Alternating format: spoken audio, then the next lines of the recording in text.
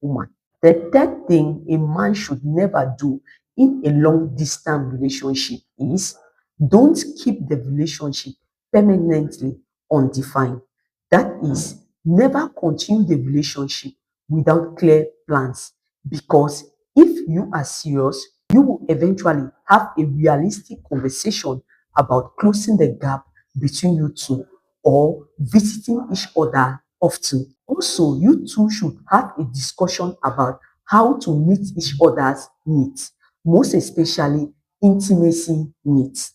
Because if you don't discuss this with your woman, she might start feeling like you could only be maintaining an emotional fantasy.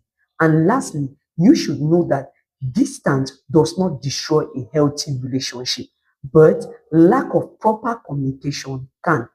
The fourth or the last thing a man should never do in a long distance relationship is don't pressure her for constant reassurance. Trust has to be built through consistent behavior, not endless demand for proof. For example, some men will always ask their women to call them video calls whenever they are out. And these video calls is to prove to them that they are actually where they are.